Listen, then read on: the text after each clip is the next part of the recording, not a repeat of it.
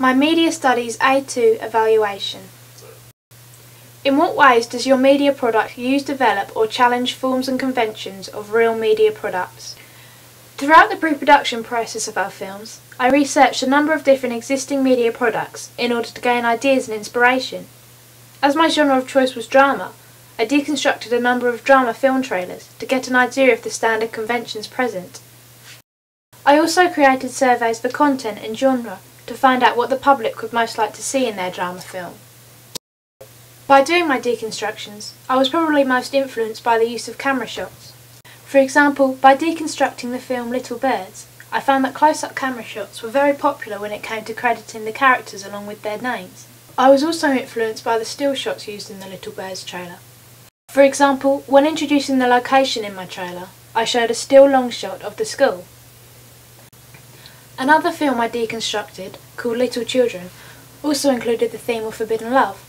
I was strongly influenced by the creativity of camera shots, especially the point of view shots.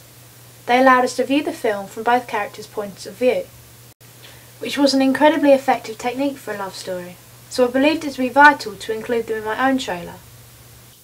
I also used close-up and mid-shots to show characters conforming to existing genre conventions.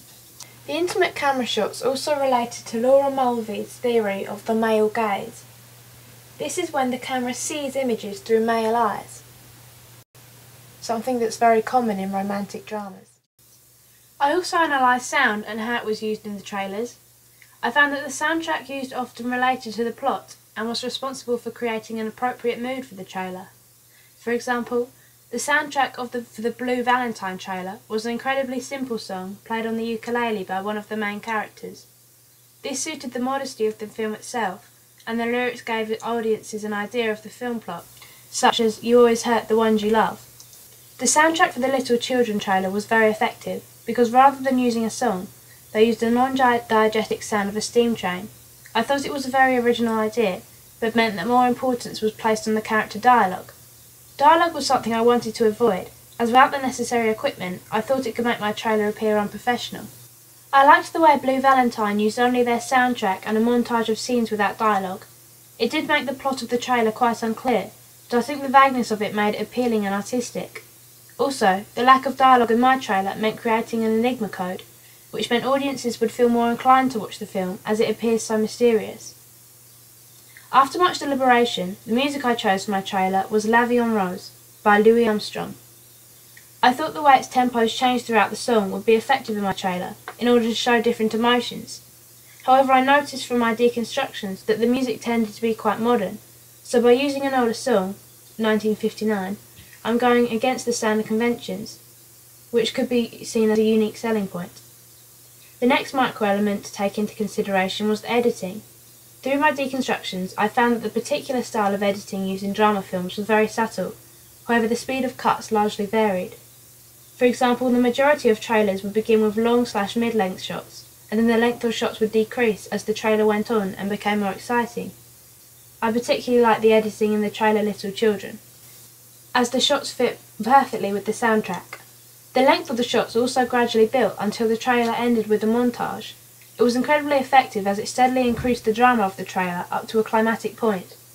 This was the style I attempted when editing my own trailer. I found that the mise-en-scène in drama films was very simple, as the storylines were meant to be relatable and realistic. The costumes and locations tend to be very standard and everyday, and lighting was subtle yet effective. For example, in the trailer for The Perks of Being a Wallflower.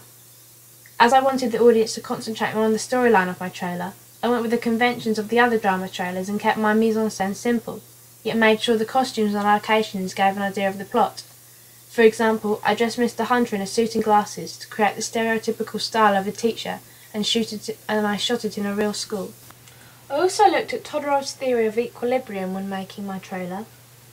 This is also known as the classic or Hollywood narrative, so is used very commonly in existing media products. My trailer begins with equilibrium, and then the love interest between the teacher and student is the cause of the disruption and disequilibrium. I decided to go with this particular narrative because it was so popular and well known.